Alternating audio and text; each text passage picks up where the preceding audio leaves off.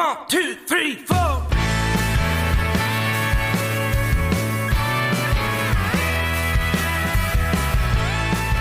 right, welcome back to Country and Cold Cans. Give us 5 stars and a great review wherever you get your podcasts. You can get this podcast on Apple Podcasts, Spotify, Amazon, and Stitcher. I'm Logan, sitting here with Trucker Andy and Kyle. Be sure to follow us on social media, Twitter, TikTok, Facebook, Instagram, all that. You know where it is. And check out the website, countryandcoldcans.com. We have 20% off site-wide on all T-shirts and hats until December 15th.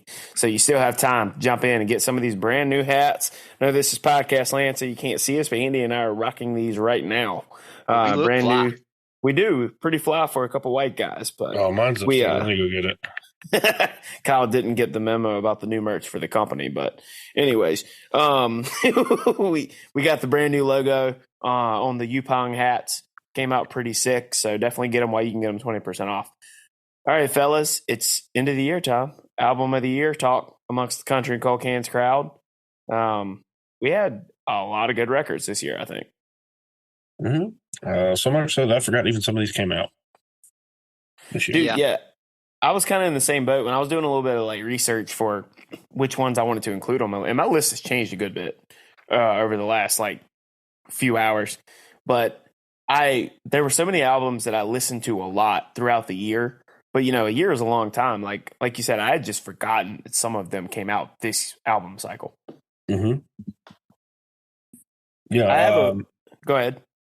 One of the ones I moved, well, actually demoted one out of my top 5 was one that I forgot that had completely came out, and I was like, oh yeah, that's definitely a top 5 album. And you can't even believe I forgot that it came out. It shows you March is a long time ago. I went to my. I might know what this one is. Maybe we have to stick around and find out. I know a March one. I got a March one too. Mm-hmm. And we might be the same. It might be. I have a sneaking feeling we're probably going to have the same album at number 1. Yeah, well, I mentioned on that, but that's kind of might be a given on that one.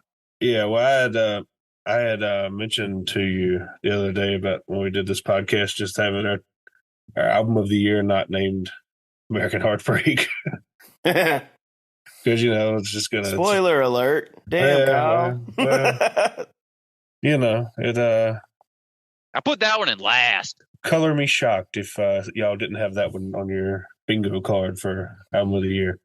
Yeah, it definitely is probably somewhere in the mix for all of us. But let's jump into some honorable mentions before we get into our top 5 each. And a lot of times, like for parameters, for those listening, if you haven't heard us do an album of the year show, we tend to stick with we like to say it's our favorite records, because sometimes I like an album that objectively maybe isn't the best album of the year or isn't what it would be in the top 5 best artistically or from a songwriter perspective.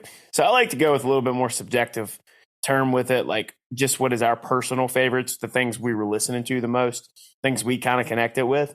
But, let's open it up for some honorable mentions, because like I said, there were a lot of good albums that I was listening to a lot this year that I had about 3 or 4 that I wanted to put in my top 5, but I just didn't have space for it. Andy, if you want to kick off with an honorable mention.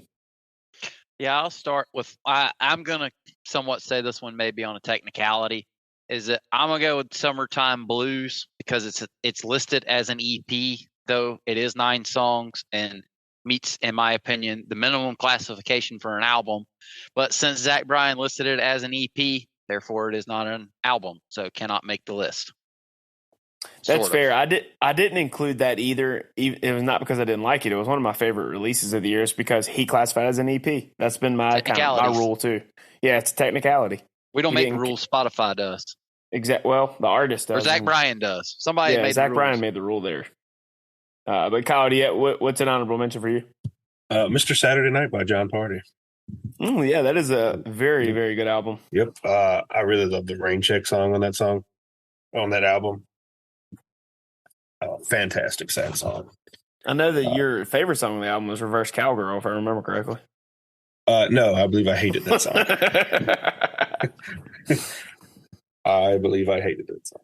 But if you're curious about that debate, go and check out the episode where we reviewed Mr. Saturday Night. We had a lively debate about whether or not Reverse Cowgirl is a good song or not. Mm-hmm. I think I But no, said it was just too direct. that is a very good album. That was one of my honorable mentions as well. Mm-hmm. And I think I was going to say, I think my other honorable mention, I think it might actually be in your top five. I'm curious to see. So yeah, one of my first honorable mentions I'm going to mention is definitely is "Bad Days Better" by Adam Hood. We had Adam Hood on as a guest, and we had an advanced listen of this record. Fantastic album all the way through. Very good songwriting. I love the grooviness about it. So that's definitely one everybody should check out. That I really wanted to put it in my top five, but it just barely missed the cut. So I had to mention it as an honorable mention. Andy, you got any more honorable mentions? No, I'm down to 5. Well, that was one of my honorable mentions. But the other one I would like to give is "Fortune Favors the Bold" by 49 Winchester. Yeah. That was an honorable mention for me. I didn't know if you would have that in your top five, Logan. I was curious. We shall see. We shall see. I'll retweet that honorable mention. Mm-hmm. That was a band that just came out of nowhere. It came out of nowhere for me. I really enjoyed that album. So, yeah. So I've got two more that I do want to mention. One is "Raised" by Hayley Whitters. Another one that I really, really like that just barely missed the cut. And the other one that, I might catch some flack from some of the more roots-minded Americana side of the fan base, but is "El Paso" Coetzel. Was an album that I listened to a lot this year that I really like, that I just didn't have it quite in my top five. But yeah, like I said, there was a lot of really good records that I think a couple of mine in my top five might surprise y'all. Mm-hmm. I know one at least for sure will, but yeah, a lot of good albums this year. So those are some honorable mentions we had. So let's jump in, starting at 5. We'll go round table after everybody do 5, then everybody do 4, and so on and so forth. Kyle, if you want to kick things off, what's your number 5 record on your favorite albums of the year? My number 5 is by Mr. Coetzel himself. It's "El Paso." I listened to this album an absurd amount.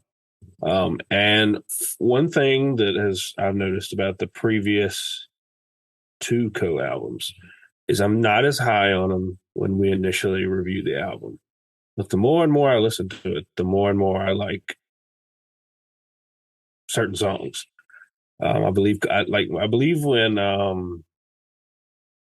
what was the album that had "Cold and Alone" on it? It's blanking me. The one before this one. I wasn't very high on Cold. Yeah, "Sell Out." I wasn't very high on "Cold and Alone." Now I love that song. I wasn't that high on "Sad Song" on this album, but I absolutely love it. So the whole album has just grown exponentially on me since it came out a few months ago.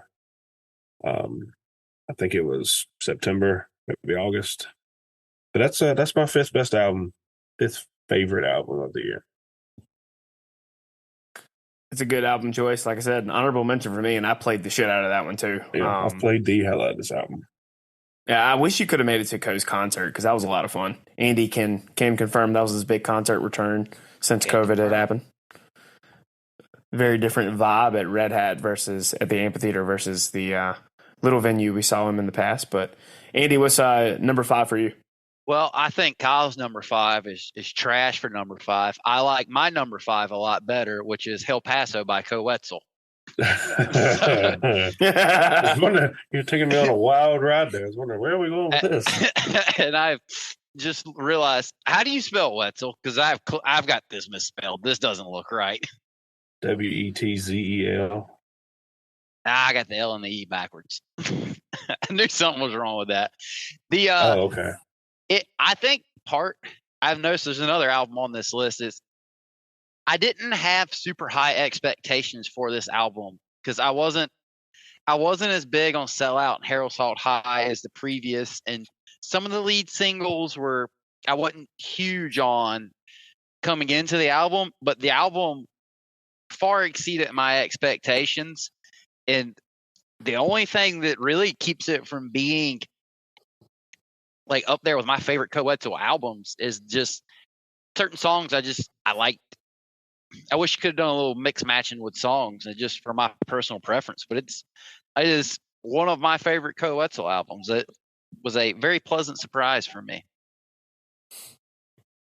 Yeah, I remember you mentioning that this one kind of ranked above a couple of the of his last like 2 or 3 releases. This one was kind of like one of your more favorites. Yeah, this is probably my number 3 on Coetzel albums, and it's a happy 3, not a. I guess it's 3. It's a happy 3. Yeah. So number 5 for me is Tejano Punk Boys by Giovanni and the Hired Guns.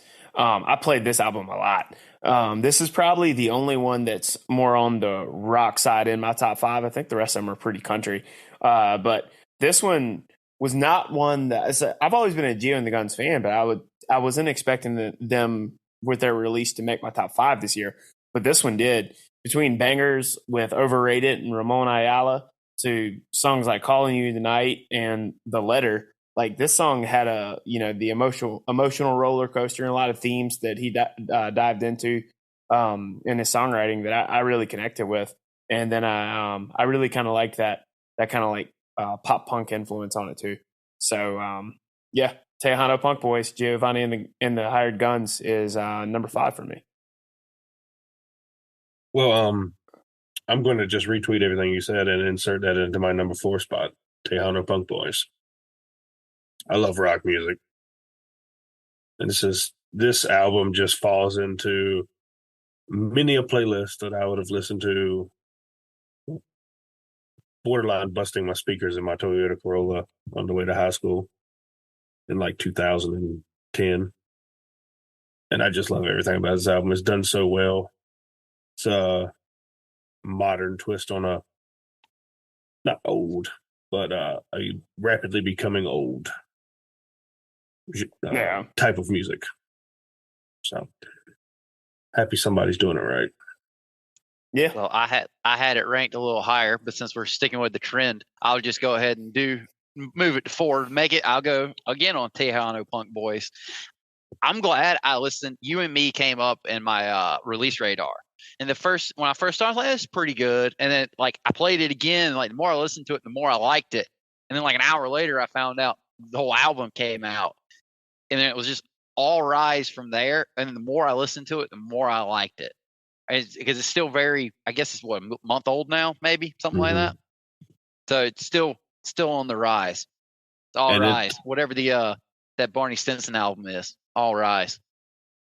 And it has some of the most hilarious music videos I've ever seen. It does. Yeah, that is not unfactual. No, they are just hilarious. Whoever, I don't know if it's Gio or if it's their label doing their music videos, but they do a great job, man. They're super entertaining. What's the stripper's name? Candy? Yeah. Is that it? I think that was it. Yeah, she's like 75 years old. R.I.P. Candy. Yeah, R.I.P. Candy. Yeah. And that kid's like, I don't even think, he doesn't even look 18. He doesn't even like he's even old enough to be in the strip club. Doesn't look like he's old enough to be working there. Yeah. Yeah, and he's just in love with her. That joke is hilarious, man. So number 4 for me this is one I think probably will surprise y'all, but it's Jacob Stelly's record he released this past year called Moondog. This one was one that crept up on me. I remember listening to it probably a week or 2 after it came out, and then it slowly just got into my rotation more and more because I am an album listener. Do I listen to playlists like every other millennial and Gen Zer? Yes. But I still love to just crank down on an album and listen to only that album. This one was one that's been in my rotation a lot, and probably a lot more than I even realized until I kind of got to sitting down and thinking about and going through the stuff that I've been listening to. But I really like his sound. It's not that different with the way he phrases things from like Parker McCollum, and his duet with Slade Coulter, Burnout's fantastic. Sweet Irene is good. But there's kind of more of an up-tempo kind of FU kind of song about the end of a relationship with Get Busy, being like, it was like, you get busy living your life and I'll get busy living mine. But the one that I want to point out that I really, really connected with was just missed it. No One's Home.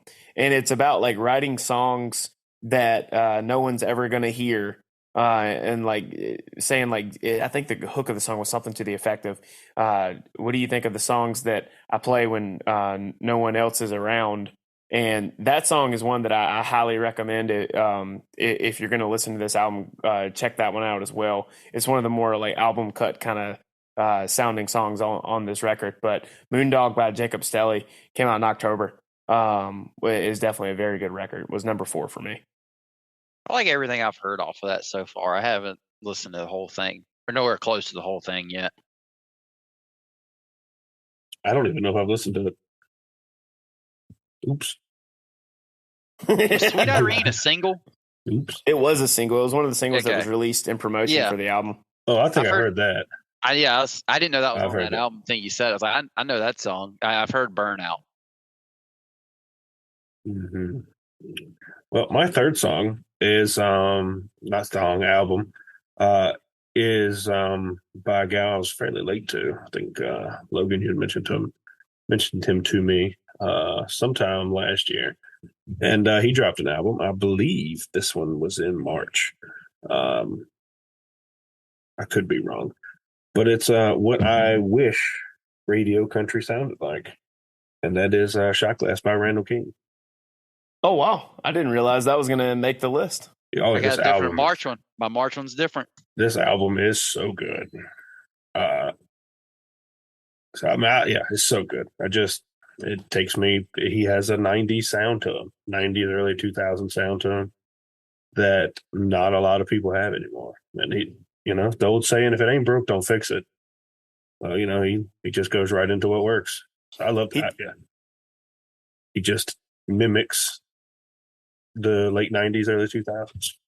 Yeah, he definitely has that neo-traditional kind of sound that was real popular then, and he does it very, very well. And he has a good bit of honky tonk mixed in to boot. You can't go wrong with some Randall King. No, yeah, top to bottom, phenomenal album. Andy, number 3. All right, what was my 4 then got bumped to 3 is Bad Days Better by Adam Hood. The whole album just has a groove to it.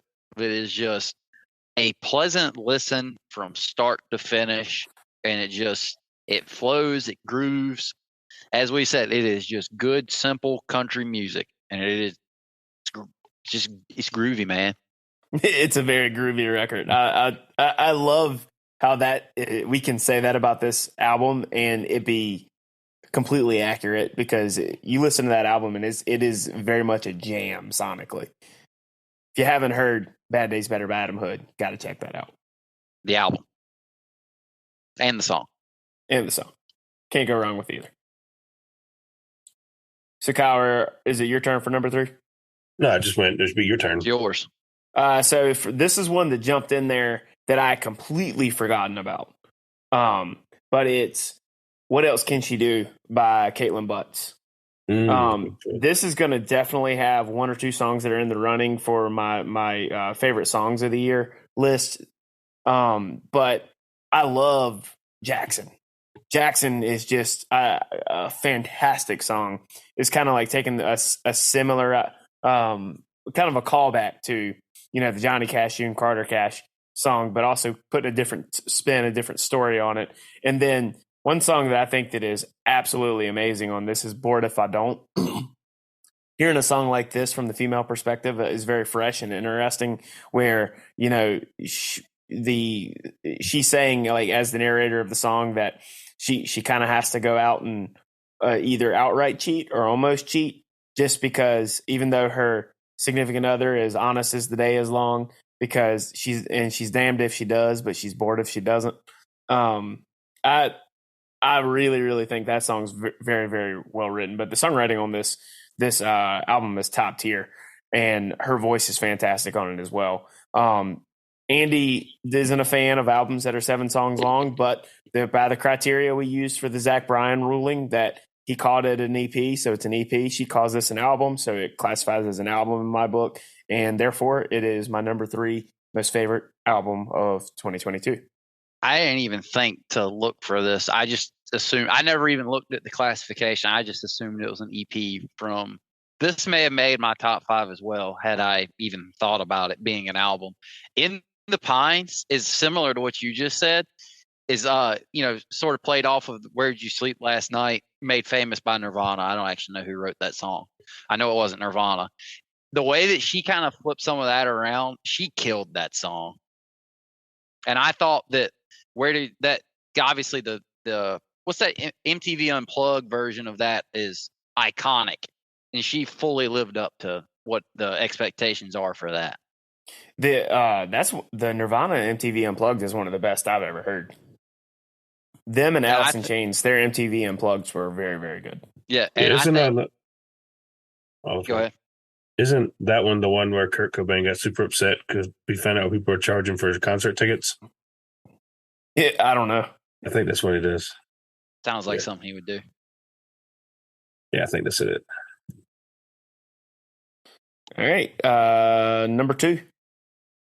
So mine is another March album, and it was by a girl. For the second year in a row, we've had a girl just come out and knock an album out of the water, and that is Miss Hailey Whitters and Raised. This album slaps so hard. It's got an appearance by American Aquarium. BJ doing mainstream stuff, kind of funny, but he does a good job on Midlove America. And it's got Neon on it, which is probably my favorite song this year. It is so good. It's a sad song. We always say sad songs make us happy. And I like it just because it's from a different perspective. So congratulations to Miss Whitters. I'm sorry you ran into the juggernaut that is Zach Bryan, but any other year, you probably would have been my favorite album of the year. So she comes in second. Well, I've got another March album that I kind of thought Kyle was going to pick. This one may come as a shot to y'all, but it's Flower Shops by Ernest. I really didn't like much of anything Ernest did before this album. So I had low expectations, and this just blew it out of the water. My rap little playlist thing is littered with this album. The more I listen to this, still even now, because this came out all the way back, the more I like it. It has just got a sound to it that is just, I really dig the sound of this whole album. He killed it. Is Caitlin Butts on that album?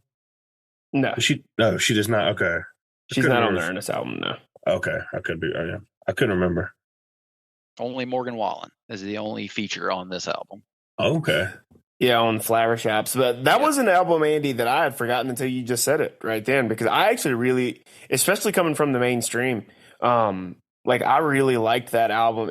It leans a little bit pop country, right? But I thought that it was a well done album. It was well written and for most of it. And Ernest is a guy that I find interesting as an artist and as a podcast host. But I definitely think that's a good selection.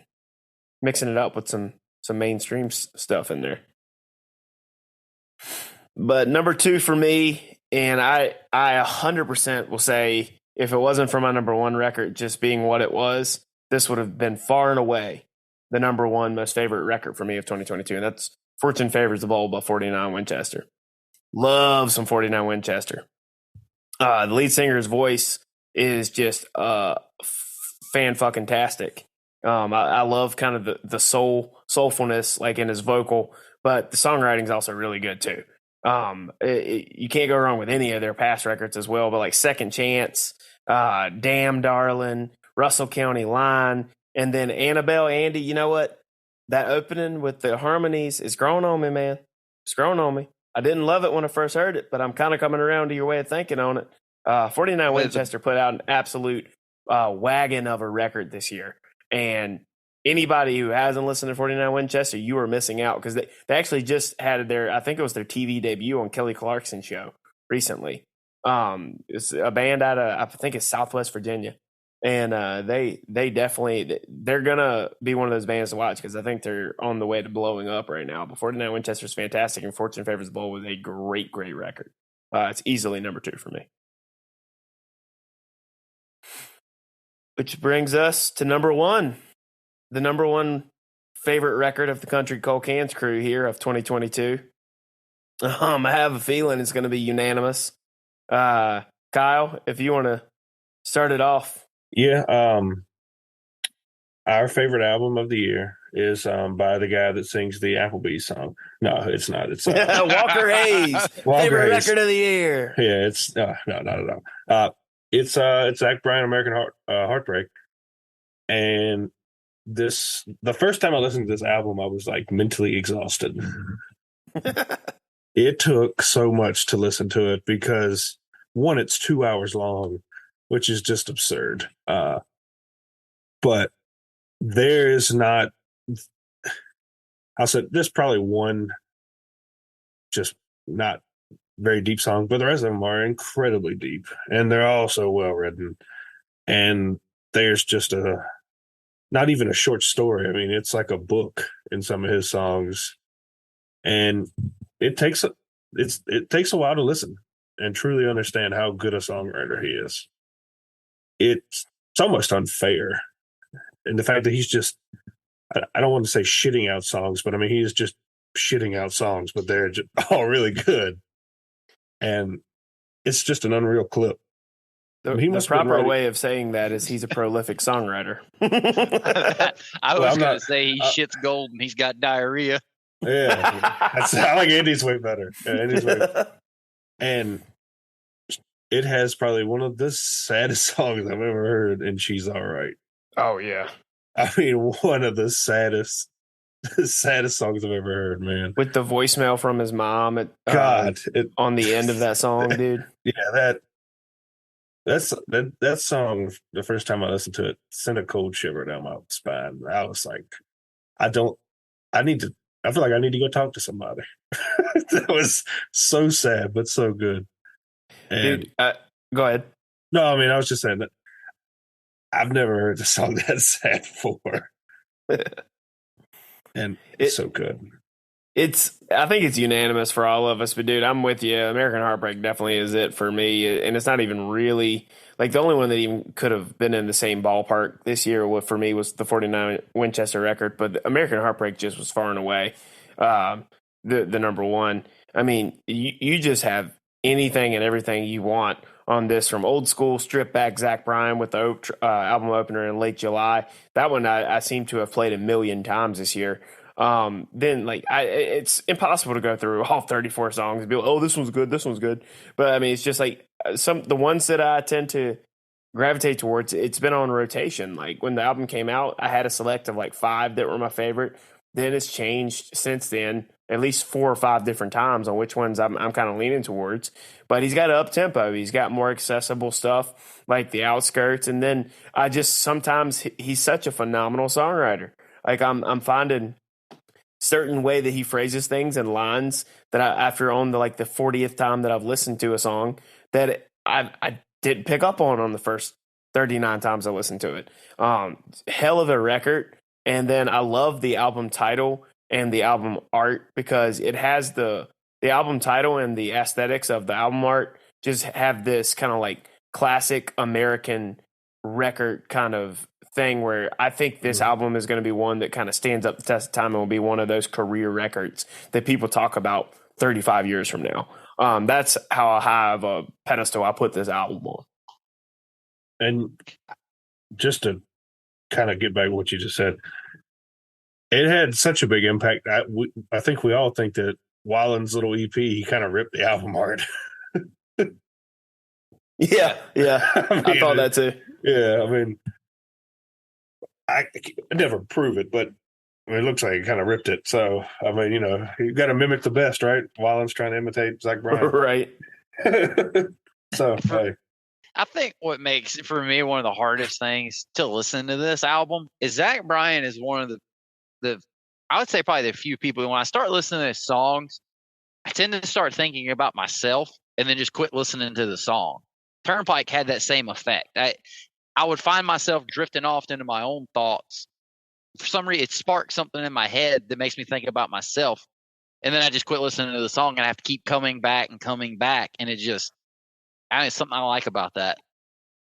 it's thought provoking, and that's where an artist is. They're a tier higher than most of the folks out there. Is because they'll have just a throwaway line in a song that just will get you thinking about something, and you get lost in it.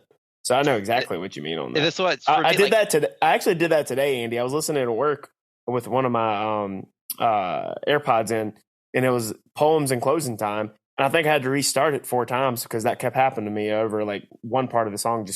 I kept checking out on the song because that line was thought provoking, got me thinking about something.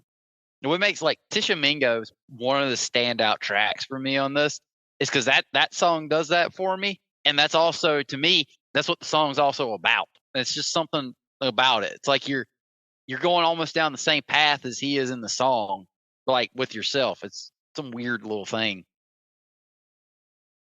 Yeah, I think it's, speaks to the incredible talent that Zach Bryan has always been talented, right? Like if you listen to his older music, it was good and the songwriting was good. And sometimes verged on having some great lines and songs, but you can tell he's gotten better with the most 2 recent releases with the 34 song album and the 9 song EP than he was even in his beginning part of his career. Because we all talked about we weren't fully in on Zach Bryan at the beginning. I didn't totally get it, but seeing him in concert and then these record releases that came out over this past year changed the game for me with Zach Bryan. Now I'm all in. He's arguably one of my top 3 favorite artists right now. I would say I showed up at a very convenient time because the first song that I'd heard in passing. The first song I really listened to is when From Austin came out, which is like the very beginning of the year, and I was, what a time to jump on this train. Yep, I think that was one of my first Sad Boy summer picks. February 25th. Another sad song. I also want to shout out If She Wants a Cowboy. That song is funny as hell. Yeah. Especially when you put the auto-tune on towards the end. Talking about Nashville. Yeah, and my favorite part is at the end when you can hear it's just like, that's it, throw it on the damn radio. I mean, that song is just funny as hell, man. I was laughing the whole time I heard that song. And it's not like it's a self-aware song. And I think, I admire a little bit of humor. And it's done in a very clever way. Yeah, and that's another thing that with American Heartbreak, he's got everything from heartbreak, speaking to the American experience, and even humor. He's got everything on this record. I mean, it's hard to have a 34-song album that doesn't have a ton of filler, but he pulled it off this year, and it's crazy to say that a album with 34 tracks is our favorite #1 record of the year. But, Zach Bryan pulled it off, and I'm not sure there are many people out there that could have done that. It's crazy too. Like when I see like videos on Instagram or stuff, and they'll have Zach Bryan like music on their videos. It's crazy to me that how many different songs off of this album I see. It's not just the most popular, which I'm guessing is Something in the Orange. It's all like the album cuts and everything. That's crazy to me. I don't think I've ever seen that before. Yeah, same here. And like his music's popping up everywhere. Because just the other night, I was back home in our hometown, and Classic Art Carter and Kyle and me all went and got dinner at Logan's Roadhouse, where I missed back in the day when you could throw peanuts on the floor. RIP to that. COVID killed that. But I forgot they did that. Yeah, dude, that was my favorite part of going there as a kid. But the Kyle, the songs they were playing before you got there, they played Wilder Days by Morgan Wade and Something in the Orange by Zach Bryan, and I was like 6-7 years ago. This wouldn't have happened at a restaurant in Running Rapids, but now, this music's breaking through, and it's kind of cool to see because this was stuff Andy can tell you. This was stuff that when we hatched the idea because we were egotistical enough to start a podcast, that people in our friend group didn't listen to this kind of stuff. I will say Logan's Roadhouse probably not be the best example because like 3 or 4 years probably 4 or 5 years ago, I heard American Aquarium in there, and I thought I was legit going crazy hearing things. But no, they actually play that kind of stuff there. I think I've mentioned this. I've heard him on QDR, which is the country station out of Raleigh. Yeah. Like, I've heard him obviously on like the promo for when he did a concert there. But I've also just heard him playing Something in the Orange on a fairly decent sized market country radio station. It's not on the local station, but still, just the fact that I heard that on a radio station out of Raleigh that plays radio country was I couldn't believe it first time I heard it. And that's all we really, those of us that are fans of that kind of, and like we're those fans that we like some mainstream stuff, but we also like that stuff in the independent and independent adjacent realm. That's all we really ever wanted. Like those of us that are not super, super hardcore, everything in the mainstream sucks kind of people, and that we're not those folks. We just wanted Zach Bryan and Tyler Childers and all them to be played alongside, you know, Luke Bryan and Jason Aldean on the radio. And the fact that it isn't happening at a high enough clip yet, but the fact that it's even happening is a sea change. Yeah. So long way from holy. About Florida Georgia Line. Yeah. So we've come so far. The only downside is, you know, I wouldn't mind getting some Zach Bryan tickets. Yeah, you might have missed the boat on that. Yeah. I mean, I don't care what you say. He's mainstream now, man. You don't be the fastest person to 2 billion plays and still be niche. Well, the crazy thing is, in 2021, I bought tickets day of to see him at the Ritz, which holds about 1,600 people. They were secondary market, but they were only about $80. 2022, I tried to get tickets to his show at Red Hat Amphitheater in Raleigh just a year later. 6,000 capacity, sold out immediately, and the cheapest on the secondary market were $400. Needless to say, I just watched some of the old grainy videos from my old iPhone and just called it a day. Because $400 was a little steep from my pocketbook going to go see him at Red Hat. But hopefully, you know, one of these days I'll get to see him in concert again. He might be at Coastal Credit Union now. Yeah. I mean, honestly, the ways he's been on as the kids were saying during the crypto phase, he's going to the moon. So it won't be surprised before he's playing bigger amphitheaters. He sold out Red Rocks in a blizzard. Yeah. And everybody showed up. Uh-huh.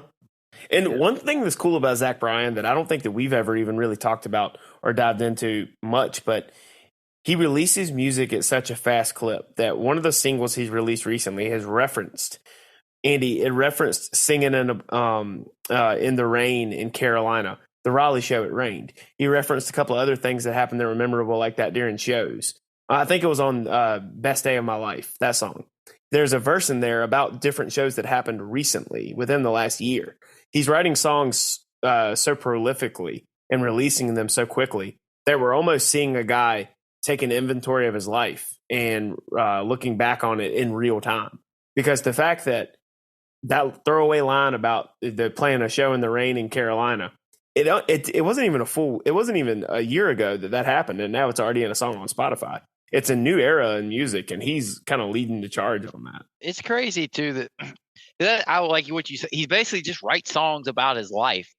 It's rare that you find someone that is his age that understands that much about their own life to even be able to write songs about it like that. Yep. He's an incredible talent. And I don't understand when folks say that they don't think he has talent or they don't think he's any good, because there are a lot of folks that I've seen in the independent fan base that they make fun of the guy and they act like he sucks. And I'm just like, dude, I don't know how you don't get it, because I don't know what it is, but Zach Bryan has it. And then some. Yeah. As they say in Ball Don't Lie, the numbers speak for themselves on his streaming numbers. He's connected with an audience, and he's done it without the corporate machine of Nashville backing him, which is impressive. So, fastest ever to 2 billion plays. Yep, that's incredible in country music. Yeah, but next, that's our top 5 favorite albums of 2022. Let us know on Twitter at Cold Cans Country, or in the Spotify description. There's a place to leave a comment and or a 1 minute, up to 1 minute voicemail on what some of your favorite records are. We'd love to hear from you. Next week, we're going to be doing our top 5 favorite songs of the year. So be on the lookout for that. And remember, it's still 20% off site-wide until December 15th on countryandcoldcans.com/shop. We have hats and t-shirts available. Get it while the getting's good. So check that out. Be sure to give us 5 stars and great review. Spotify, Apple Podcasts, Amazon, and Stitcher. This episode of Country and Cold Cans, I'm Logan, sitting here with Trucker Andy and Kyle. See you next time.